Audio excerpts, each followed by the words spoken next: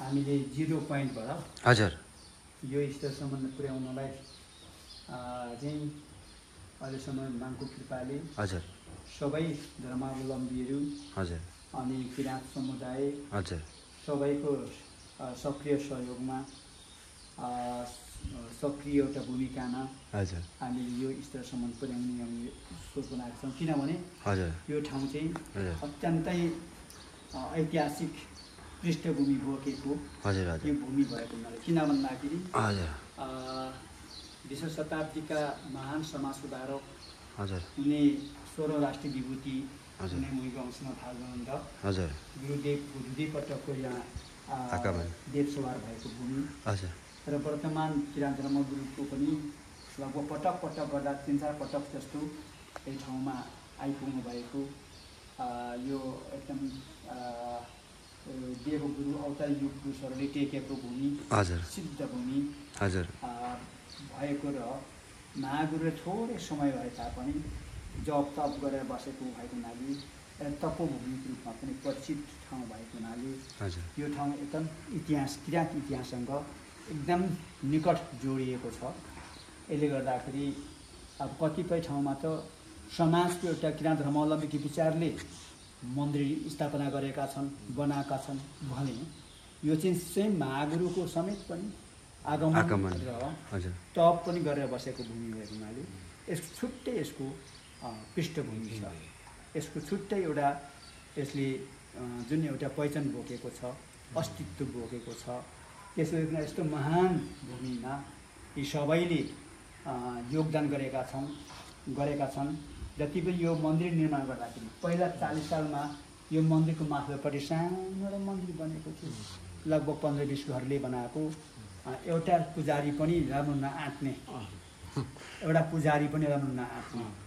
अब त्यहाँ त सामानहरू त राख्नु पऱ्यो नि त, दुध तेल मद धुपौरो होइन, शङ्ख डम्बरुहरू घन्टीहरू आदि तेल सामान राख्दाखेरि एउटा पुजारी पनि राम्रो बस्नु नहुने एउटा बुढी बजूले व्यक्तिगत बनाएको मन्दिर बने भन्दा पनि सानो नि त्यस्तो। अनि वरिपरि बरान्डा लगाएको थियो, त्यो बरान्डाको सिकुवामा बस्थे भक्तजनहरू, भित्रै पुजारी फलाक्नु पर्ने, उनीहरू बाहिरबाट आँखा चिम गरेर सेवा गरेर बस्ने त्यति त्यस्तो अवस्था थियो। हिलो र ढुङ्गा, हिलो मुछेर ढुङ्गा लगाएर बनाएको हो। त्यसलाई चाहिँ अब त्यो अवस्थामा रह्यो हुँदैन। हामी जे होस् म 44 सालमा गुरुदेवको आज्ञाले यो ठाउँमा आइपुगेँ। 44 सालमा आइपुगेपछि अब मैले 44, 45, 46, 47, 48, 49, 50 सालसम्म 50, 51, 52 सालसम्म नै मैले त्यही मन्दिरमा बसेर सञ्चालन गरेँ। 50 सालदेखि मैले लारुमामा गएँ, गुरुदेवको आज्ञाले मैले अब सामाजिक मूल्य पठन स्टार्ट गरेँ, सुरु गरेँ होइन।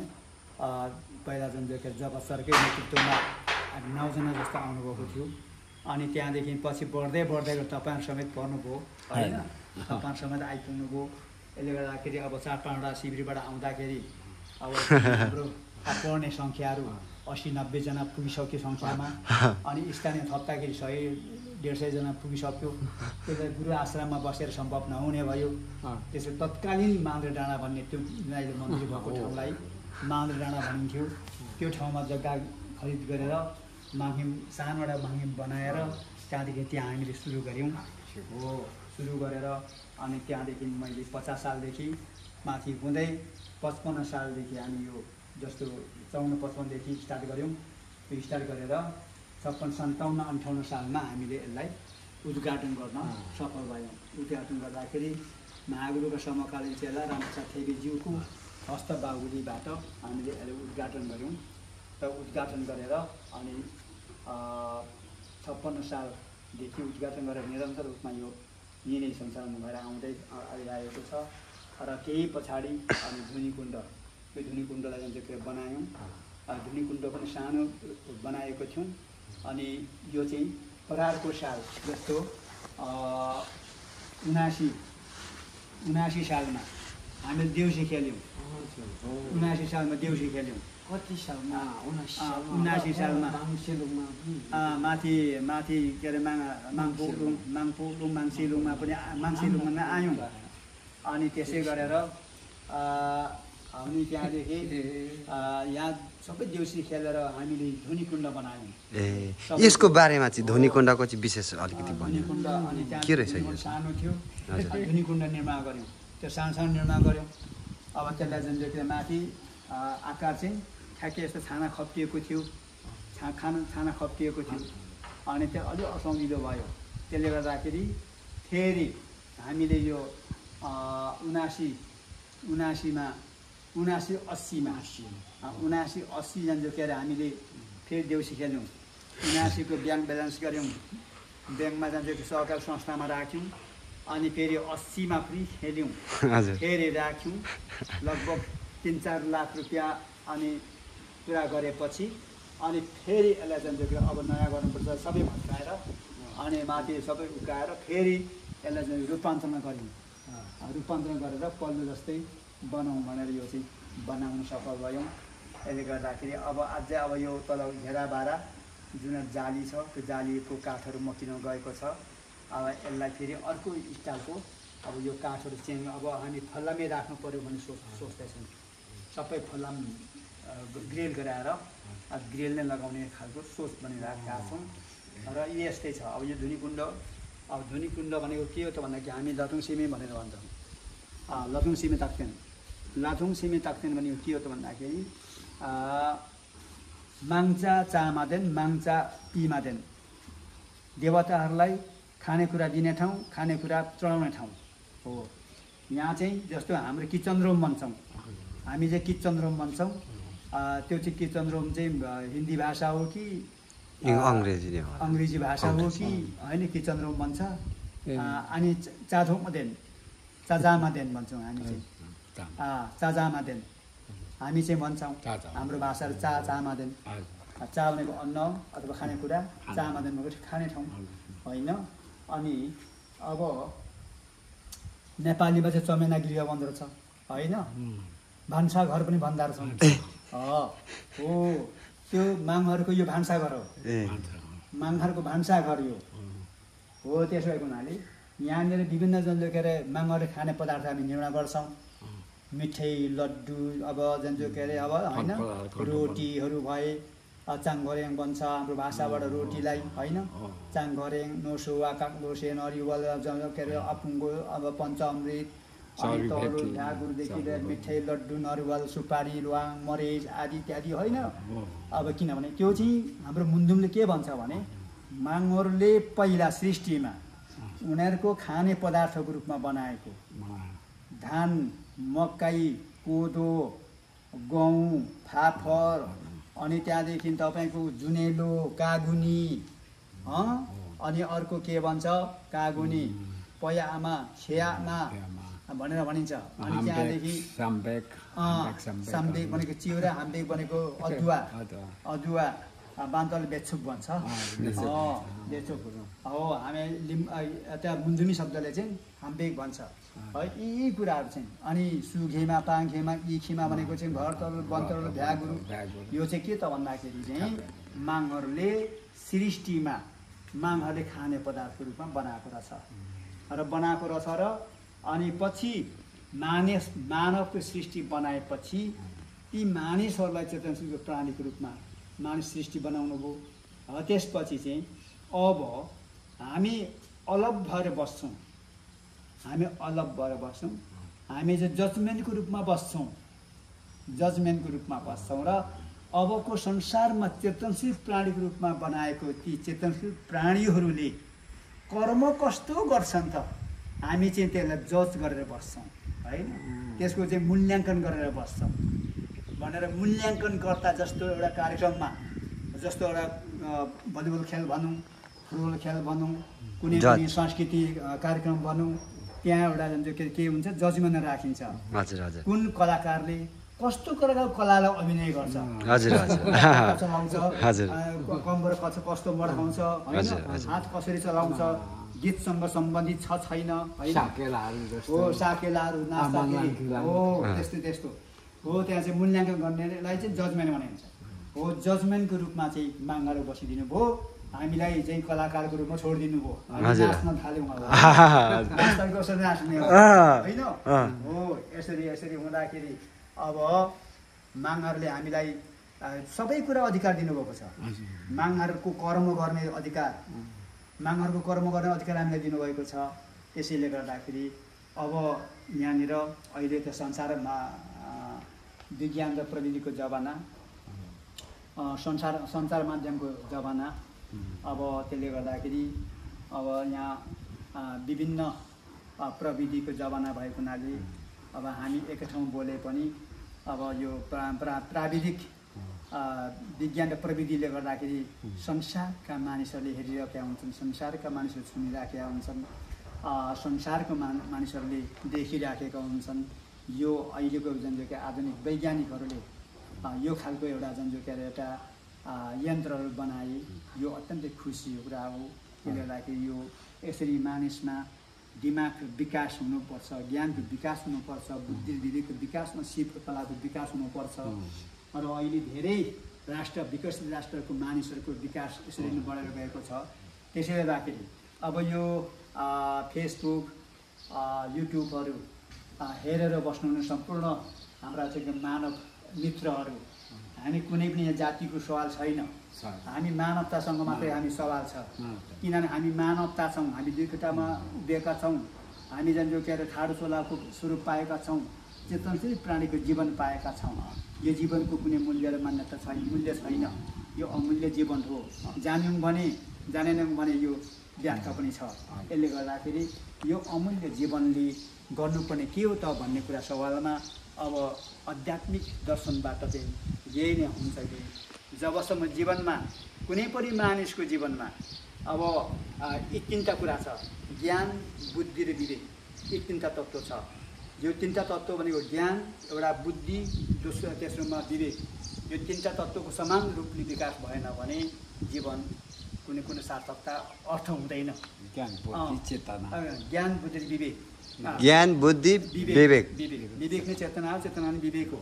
त्यसले गर्दाखेरि यी तिनवटा तत्त्वको बराबरी विकास हुनुपर्छ। यिनै तिनवटा तत्त्वलाई चाहिँ एउटा रूपान्तरण गरेर यो हाम्रो खम्बुवानी दाजुभाइहरूले यो चुला, तिनवटा चुलालाई मूल्य र मान्यता दिनुको अर्थ त्यो हो।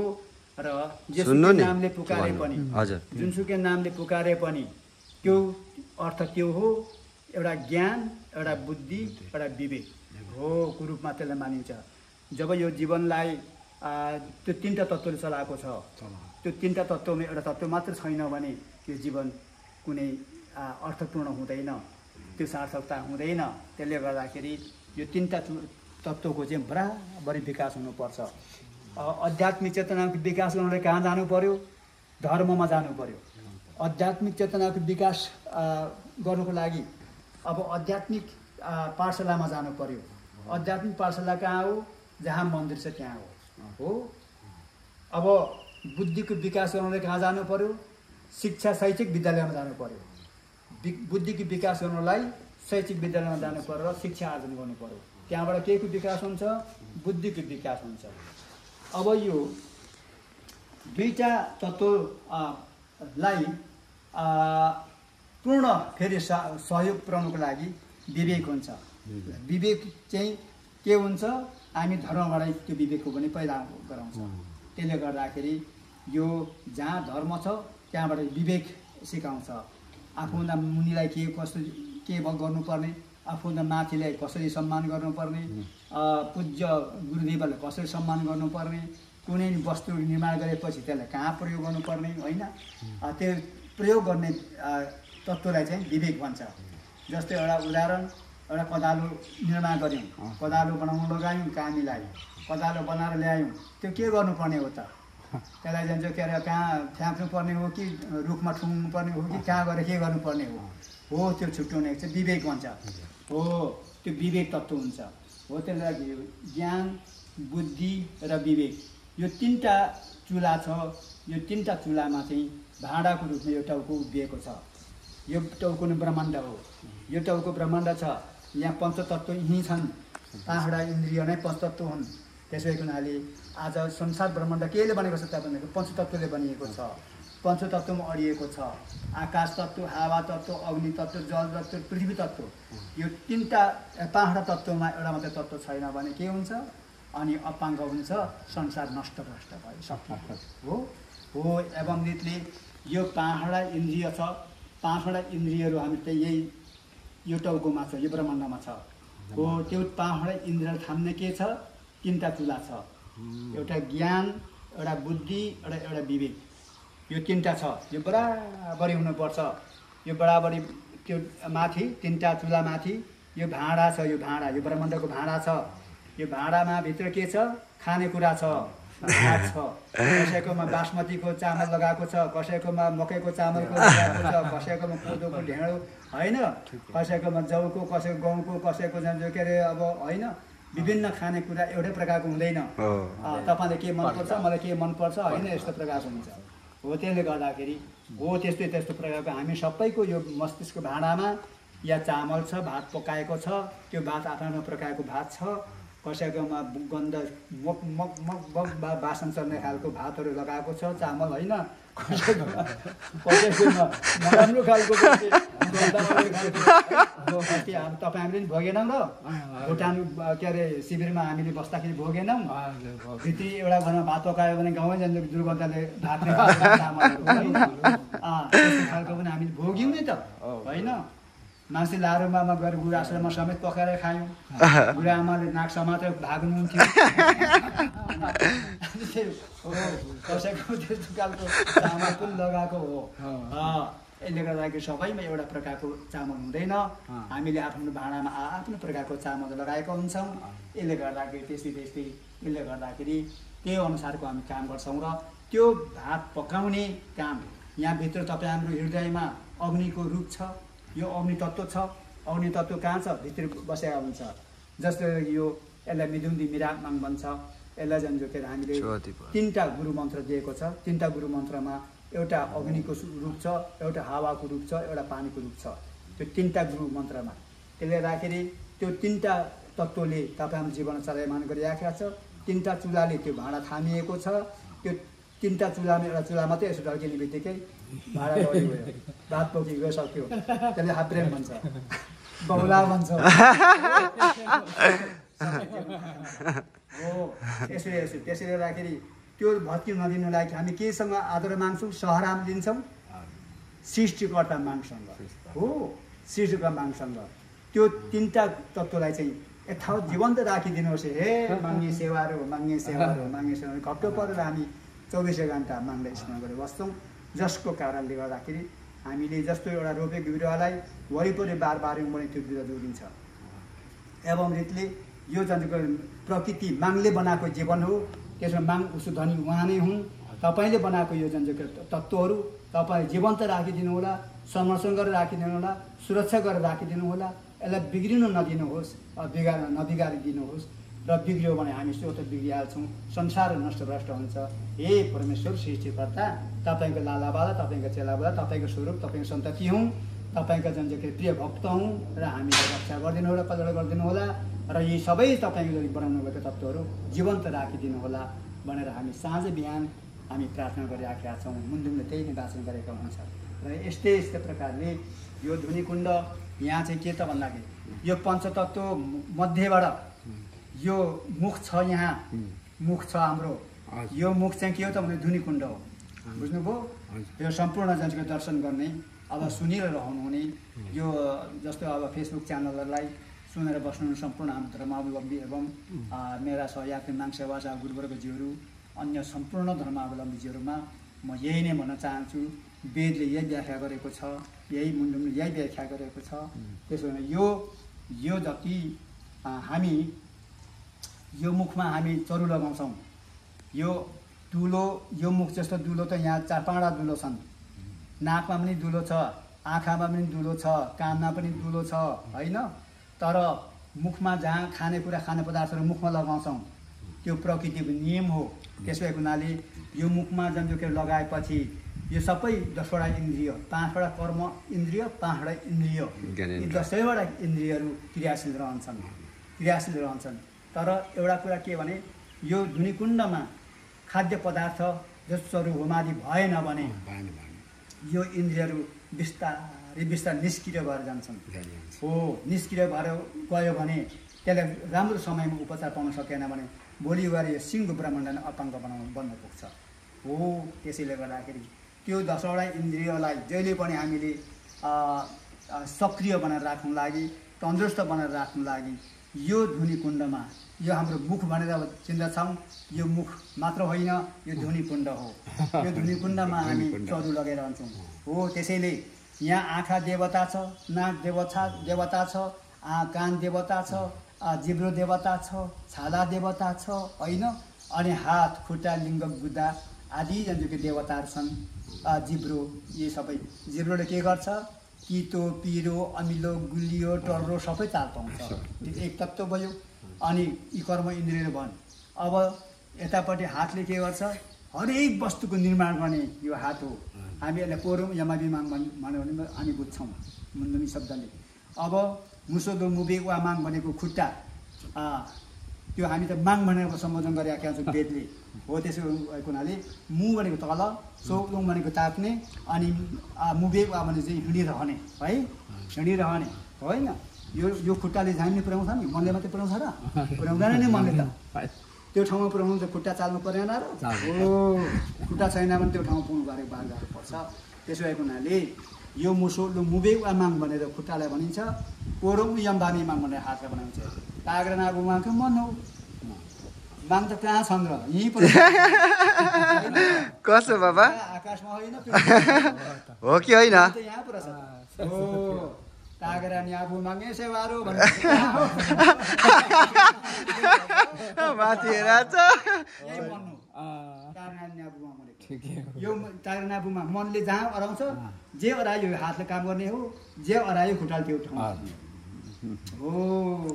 सबै कुरा तपाईँले कुनै देवताको दर्शन गर्नु इच्छा छ भने, कसै देवताको दर्शन तपाईँले गर्ने इच्छा छ भने तपाईँले वन जङ्गल जान्छ, कुनै ओडाएर रुखको फेर्न जानु पर्दैन। तपाईँको जीवनमा खोज्नुहोस्, तपाईँको जीवनमा पर्याप्त मात्रामा देवी देवताहरूको दर्शन पाउनुहुनेछ। शास्त्र यो बताउँछ होइन हो। त्यसो भएको हुनाले हामी सबै कुरा हामीले आफै बोकेर हिँडेका छौँ। हामी जङ्गलमा बस्दाखेरि म एक्लै छु, म त यहाँ त काम बिगार्नु होइन।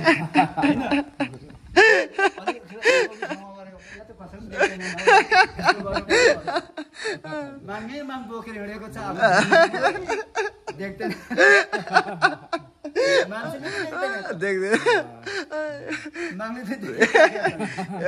साक्षात् अमेरिकामा माग पुगिराखेका हुन्छ, लन्डनमा पुगिराखेका हुन्छ, क्यानाडा पुगिराखेका हुन्छ, अस्ट्रेलिया जाउँ अस्ट्रेलिया पुगिरहेको हुन्छ, युके जाउँ युके पुगिराखेका हुन्छ हो। त्यसैले सदा सर्वदा मागसँग डराउनु पर्छ, मागसँग सचेत रहनुपर्छ। जो मागसँग सचेत रह्यो, मागसँग डरायो, मागलाई सम्झेर कर्म गर्यो भने त्यो महानता व्यक्ति हो। बुझ्नुभयो हो। यसरी धर्म दर्शन यही बताउँछ। त्यसो भएको हुनाले अब ध्वनि कुण्डको एउटा प्रसङ्गमा मैले कुरा जोडेँ। अब अरू त धेरै छ, 4 वेद, अनि त्यहाँदेखि अब संसारमा मानि पुजिलेको देवी देवता, आकाश तत्त्व, पृथ्वी, अग्नि, जल, पञ्चतत्त्व, 33 कोटी के अरे तारागण, चन्द्र सूर्य होइन, चन्द्र सूर्य, अनि त्यहाँदेखि डाँडा काँडामा भएका विभिन्न नामले सम्बोधित गरिएका देवी देवताहरू, नाग नागिनी, सिमे भूमि होइन, उँधौली उँभौली उँधका देवता, उँभोका देवता होइन, आकाशले छोपेको पृथ्वी छापेकोमा बस्ने सहस्र देवता सबैलाई बोलाएर हामीले यहाँनिर खानेकुरा दिन्छौँ। मानिसलाई पनि बिमार लाग्दैन, यसरी जोडिएर गएको हुन्छ। अब त्यो कुरा त्यो तत्त्व बिर्स्यौँ होइन। पृथ्वीमा पिसाब गर्छौँ, के भन्नुपर्ने थाहा छैन। त्यही पृथ्वीमा दिशा गर्छौँ, के भन्नुपर्ने थाहा छैन। किनभने हामीलाई त ज्ञान दिएर दिएको छ नि, मागले गर्ने कर्म दिएर जिम्मा दिएर पठाउनु भएको छ नि, मागले स्थापना गर्नुभएको छ नि त। त्यसरी उभिएर हगाउनु त गाईले पनि जानेको छ, अनि कुकुरले पनि जानेको छ होइन र? छैन र? एकदम सही। कुकुरलाई समातेर पिसाब गराउनु परेन नि त, खुट्टा उचालेर थाहा छ त उसले। त्योभन्दा अर्को के भयो त? मानिसले खुट्टा उचाल्छ, यसो गर्छ, सक्यो। एउटै जन्तुबाई गर्ने, जन्तुबाई पृथ्वीलाई हे पृथ्वी माता भनेर जानेको छ होइन। नाग नागिनी सिंहमा हे नाग सिंह भनेर भन्न जानेको छ। अनि त्यसले गर्दाखेरि सबभन्दा यही कारणले गर्दाखेरि ठुल्ठुलो जुन प्रकृति प्रकोपहरू हुन्छ। किनभने माग रिसाउँछ, माग रिसाएपछि मागको जुन कारवाहीमा हामी पर्छौँ। एउटा बिगार्ने अनि शाखा हो। यसले गर्दाखेरि एउटाले गर्दाखेरि अर्को पनि देख्नुपर्ने कुराहरू हुन्छन्। यसले गर्दाखेरि अब सबै हामी चेतनशील प्राणीको रूपमा स्थापित मानव जीवनले हामी ईश्वरीय कर्म गरेर सम्पूर्ण प्रकृतिलाई नै स्वच्छ वातावरण सिर्जना गरेर हामी सम्पूर्ण शान्त रहौँ भन्ने नै किराँत धर्मको मूल सन्देश रहेको छ। यसले गर्दाखेरि अब यस्तै धन्यवाद छ यहाँहरूलाई। अब हिन्दू धर्मावलम्बी, बौद्ध धर्मावलम्बी, इसाई धर्मावलम्बी, इस्लाम धर्मावलम्बी र अरू अन्य सम्पूर्ण धर्मावलम्बीका धर्मभक्त अनुयायीहरू हामी सबै नै ईश्वरका आस्था राख्ने, ईश्वरप्रति विश्वास राख्ने र ईश्वरप्रति हामी जान्छ समर्पित हुने व्यक्ति सबै लगायत अन्य सम्पूर्ण मानव जगतले ईश्वरप्रति आस्था राख्दै ईश्वरप्रति हामी सेवा भक्तिभाव चढाउँदै हामी जान्छ गयौँ भने निश्चय पनि हाम्रो भक्तिभावले गर्दाखेरि हामी सबैलाई कल्याण हुनेछ। हामी लगायत संसारमा बनिएका के अरे यो संरचनाहरू, मानको संरचनाहरू सबैजनाको सुरक्षा बन्नेछन्, राम्रो बन्नेछन्, रक्षा हुनेछन्। त्यसले गर्दाखेरि यस्तो प्रकारको हुनेछ। यसले गर्दाखेरि अब अहिले के छ भने जसरी यो कली र सत्यको हामी दोसानमा पुगेका छौँ, सत्य र कलीको दोसानमा पुगेका छौँ। त्यसो भएको हुनाले कलीको आयु 4,32,000 वर्ष हो। अब कलीको आयु 4,32,000 वर्ष भोग त छ।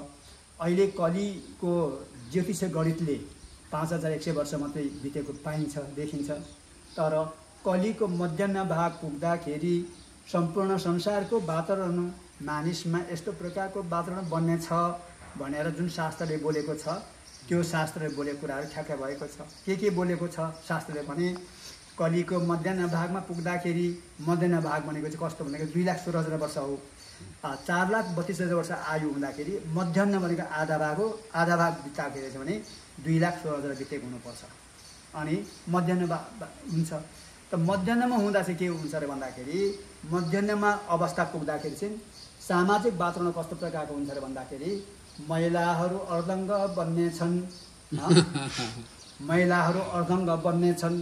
अब कुनै पनि आदरणीय व्यक्तिको सम्मान हुने छैन। महिलाहरू अब अहिले भइराखेको छ।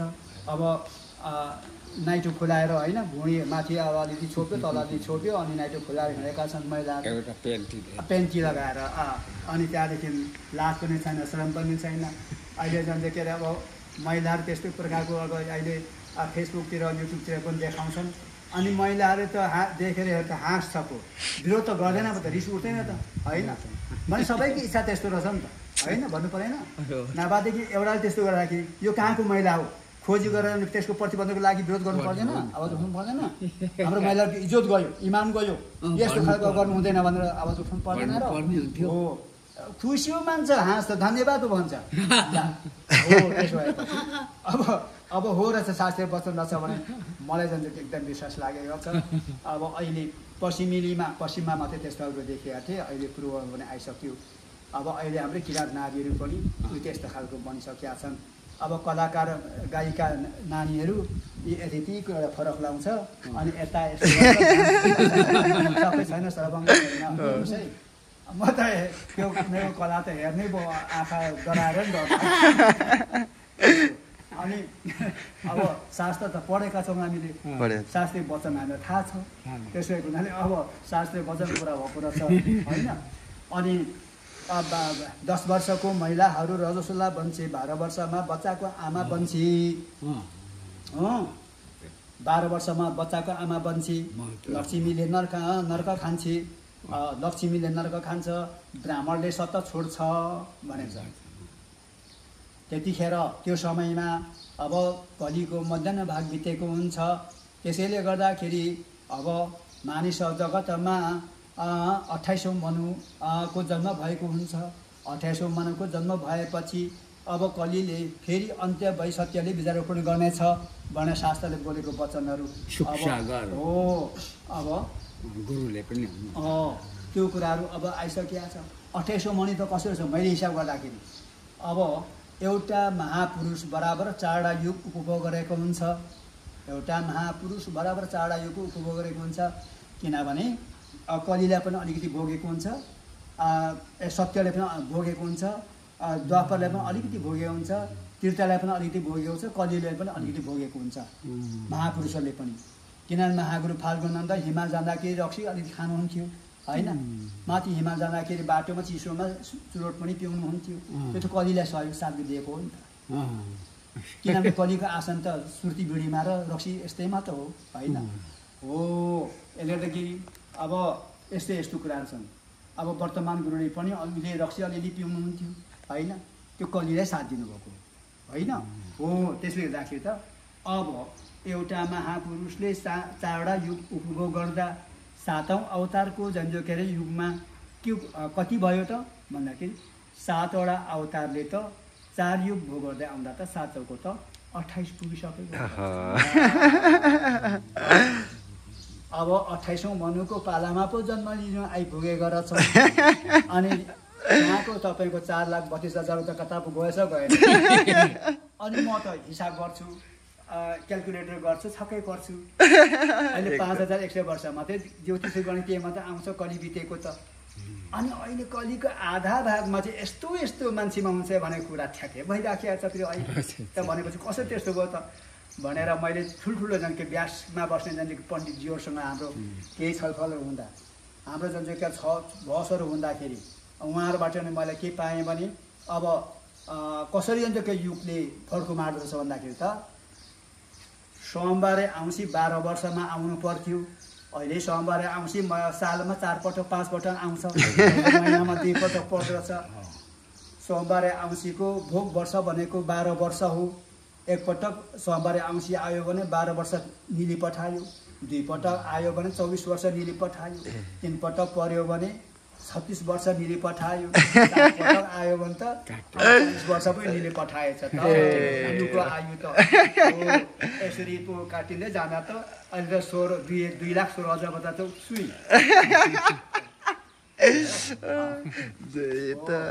त्यसैले गर्दाखेरि अब हामी अहिले के ठ्याक्कै दोसारमा आइपुगेका छौँ। अब भर्खर मात्रै दोस्रो भविष्यवाणी गुरुबाट भइसकेका छ। हेर्नुहोस् है ठ्याक ठ्याक ठ्याक मिलेर आउँदैछन्। त्यसैले गर्दाखेरि मेरो ज्योतिषी हिसाब र गुरुदेवको जुन के अरे भविष्यवाणी ठ्याक्कै मिलेर आएको छ। अब 28औं मनुमा आएका छौँ। अब संसारले कुल्टे फेर्ने जमाना आइसकेका छ। अब चाहिँ होसियार हुनुपर्ने दिन आयो। हे बाबा वैज्ञानिकले जहाँ छेकेर छेकिन्न, वैज्ञानिकको जान्छ कि विज्ञानले जान्छ कि रोकेर रोकिन्न, प्रकृतिको प्रकोप भन्ने कुरा मागले रोक्यो भने रोकिन्छ, मागले रोकेन भने रोकिँदैन। बाबा तपाईँको 72 सालको भूकम्पले यहाँ सानो क्षति पुर्यायो। 72 सालको भूकम्प कुन वैज्ञानिकले रोकिदियो छेकिदियो त हो। त्यसले गर्दाखेरि मात्र ईश्वरको संरचना हो, ईश्वरले बनाएको के अरे संरचनाहरू यो जान्छ के अरे हामी अध्यात्मवादी के भन्छौँ, हामी ईश्वर कहाँ छ, तपाईँको ईश्वर कहाँ छ देखाउनुहोस् भनेर मूर्ख बोल्छ। त हामीले देखाउनु पर्छ भने यो आकाश बनाउने वैज्ञानिकको नाम के हो, यो पृथ्वी बनाउने वैज्ञानिकको नाम के हो, त्यो हावा बनाउने वैज्ञानिकको नाम के हो, आगो बनाउने वैज्ञानिकको नाम के हो र पानी बनाउने वैज्ञानिकको नाम के हो। त्यसै हुनाले आज जानेको हवाजहाज बनाउने वैज्ञानिक छ, क्यालकुलेटर बनाउने वैज्ञानिक छ, रकेट बनाउने वैज्ञानिक छ होइन, रेडियो बनाउने वैज्ञानिकहरू छन् भने कुन चिज छ नबनाइकन बनिएको हो। त्यसले गर्दाखेरि आज सम्पूर्ण भौतिक संरचना देखिराखेका छौँ। वन जङ्गल हरियाली वन जङ्गल बनाएका छौँ। यो रुख बनाउने कुन वैज्ञानिक हो त? यो पृथ्वीमा हामी जन्मेका छौँ, यो पृथ्वीमा हुर्केका छौँ, यही पृथ्वीमा रमेका छौँ, यही पृथ्वीमा त्यहाँ मिलेका छौँ। आज यो पृथ्वीमा बनाउने वैज्ञानिक को हो त? त्यो आकाश बनाउने वैज्ञानिक को हो? त्यसले गर्दाखेरि हामी यो जसले पृथ्वी बनायो, जसले आकाश बनायो, जसले जुन पानी र आगो बनायो, हावा बनायो, जीवन बनायो हो, त्यो वैज्ञानिकको नामलाई हामी माङ भन्छौँ, तागेर न्याबुमाङ भन्छौँ, गड भन्छौँ, ईश्वर भन्छौँ, भगवान भन्छौँ, परमेश्वर भन्छौँ, अल्लाह भन्छौँ होइन हो। यसरी पुकार्छौँ। त्यसले गर्दाखेरि यस्तो यस्तो हो र हामी सबै ईश्वरीयका सृष्टि हौँ र ईश्वरीयका हामी सन्तति हौँ र ईश्वरलाई कहिले पनि विरोध नगरौँ र हामी सबैले ईश्वरलाई मानौँ र ईश्वरलाई परमेश्वरलाई सम्झौँ र ईश्वरको देन हो, ईश्वरको कृपा हो। कृपा भयो हामी रह्यौँ, कृपा भएन हामी रहेनौँ। यसले गर्दाखेरि यो कुराहरू सबैमा सन्देश पुग्न सकोस् र सम्पूर्ण अध्यात्मवादी, ईश्वरवादी र संसारमा जन्मेका शान्ति प्रेमवादी सम्पूर्ण मानववाद जीवनमा यो मेरो सन्देश छ। यो किराँत धर्मले बोकेको सन्देश हो। आज किराँत धर्मले विश्व शान्ति र मानव एकताको सन्देश प्रवाह गरेको छ। साँच्चै नै संसारमा रहेको सम्पूर्ण मानिसहरू हामी शान्ति प्रेम र एकतामा रमेर बसौँ र ब्रह्माण्डमा फुलबारी बनेर बसौँ होइन। विभिन्न फुल छौँ, कोही सेतो फुल, कोही पहेँलो फुल, कोही कलेजे फुल, कोही रातो फुल, कोही हरियो फुल, निलो फुल होइन। यी सबै फुलहरू मजाले ढकमक्क फुलेर चाहिँ यो ब्रह्माण्डलाई एउटा रमणीय र पवित्र बनाएर बसौँ, शान्ति प्रेम एकतामा बाँधेर बसौँ। यही सन्देश म सबैलाई म के अरे परिचालना गर्न चाहन्छु र सबैलाई म सुनाउन चाहन्छु र अनुरोध पनि गर्न चाहन्छु। अब अहङ्कार नगरौँ, घमण्ड नगरौँ, ईर्ष्यालु व्यभिचार नगरौँ। त्यसले गर्दाखेरि अहङ्कारको फल आफूले भोग्नुपर्छ, घमण्डको फल आफैले भोग्नुपर्छ, ईर्ष्या व्यभिचारको फल आफैले भोग्नुपर्छ, अरूले होइन। यसले गर्दाखेरि त्यसरी आफ्नो जीवनलाई नाश गर्ने जस्तो तत्त्व र विषयहरूलाई हामीले छोडेर त्यागेर हामी अत्यन्तै मानवताको कार्य गर्दै मानवताको के अरे कर्म संस्कारलाई अवलम्बन गर्दै हामी सबै अगाडि बढेर जाउँ भन्ने नै म यहाँसँग अनुरोध गर्न चाहन्छु। र पक्कै पनि राम्रो कामको परिणाम राम्रै हुन्छ, नराम्रो कामको परिणाम नराम्रै हुन्छ। चोरले चोरकै जन्जोकै फल प्राप्त गर्छ होइन, परिश्रमीले परिश्रमीकै फल प्राप्त गर्छ। त्यसैले गर्दाखेरि हामीले प्रत्यक्ष देखिराखेका छौँ र भोगी पनि राखेका छौँ, जानी पनि राखेका छौँ। तर मानिस चेतनशील प्राणी भएर पनि जानी गल्ती गर्नु खोज्छौँ। त्यसले गल्तीको परिणाम आफूले भोग्नुपर्ने हुन्छ, त्यसले जीवनलाई नाश गराउँछ। यही कुरालाई गर्दै आज किराँतेश्वर हाङसाम माङहिम श्री सिद्ध किराँतेश्वर हाङसाम माङहिम टाढी निक्लाजुङ गाउँपालिका वार्ड नम्बर 3 टाढी धोबिनीमा स्थापित यो माङहिमको प्राङ्गणमा हामी छौँ। र यहाँहरू उहाँ मेरा सहयात्री नरबहादुर ताङलुवा, निज सुपुत्र छोरा उहाँ नाम यादहाङ ताङलुवा, उहाँ अमेरिकाबाट नेपाल आउनुभएको र नेपाल आएर धेरै उहाँ पनि दाम धर्मप्रति एकदम कट्टरता व्यक्तित्व हुनुहुन्छ।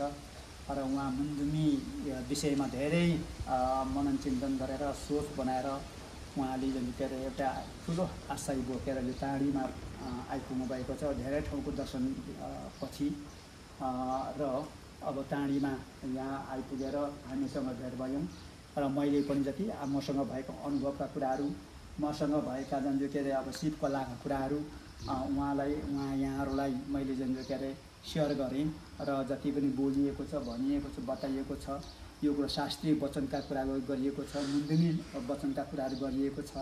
त्यसो भएको हुनाले हामीसँग अरू कुरा आउँदैन। मसँग राजनीति अनुभव पनि छैन, म राजनीति जान्दिनँ पनि।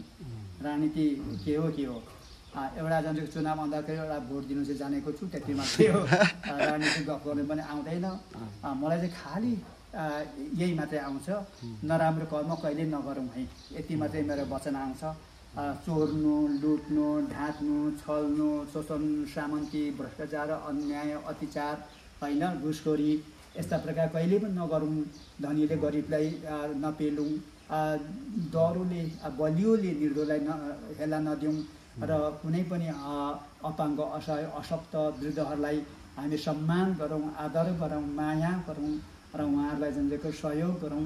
के कसो गरेर हुन्छ होइन, यी यसरी गरेर जाउँ र मानिस बिचमा शत्रुताको जुन व्यवहार नगरौँ, शत्रुताका दृष्टिले हेरहेर नगरौँ, शत्रुताको विचारले सोच नगरौँ र हामी सबै मित्रता र को भावनाले हामी व्यवहार गर्दै जाउँ र अनि आत्मीयताको सम्बन्ध जोडेर चाहिँ हामी प्रेम भावका साथ अगाडि बढेर जाउँ भन्ने मात्रै मैले जानेको छु। यही मात्रै सिकेँ, त्यसले गर्दाखेरि अरू मैले जानिनँ। र मान्छेहरू आफ्नो अहङ्कारिताले, आफ्नो जुन के अरे रिस रागले, आफ्नो घमण्डले नै जीवनलाई नाश गरिराखेको छ। त्यसो त्यस्तो पक्षमा नजाउँ र हामी चाहिँ शान्ति, प्रेम, एकता र संयमता, धैर्यता, सहनशीलता भएर अगाडि बढेर जाउँ र आफू आपसमा दुःख वेदना बुझाबुझ गरौँ र त्यसरी आफू बुझाबुझ गऱ्यौँ भने पक्कै पनि मानवता झल्किन्छ, विकास हुँदै जान्छ। जसले गर्दाखेरि हामी विश्व शान्ति, मानव एकता सहित हामी काम गर्न सफल हुन्छौँ। यो सिद्धान्त सबैले बोकेर अगाडि बढौँ भन्ने म सबैसँग विनम्र अनुरोध गर्न चाहन्छु र मैले जानेको यही छ। र यति भन्दै आजको समयलाई मैले यति मात्रै दिन सकेँ। बाँकी अंश आगामी दिनहरूमा फेरि गर्दै जाउँला। आजलाई हवस् त, सेवाहरू नगर्नु। धेरै धेरै धन्यवाद सेवा र गुरु।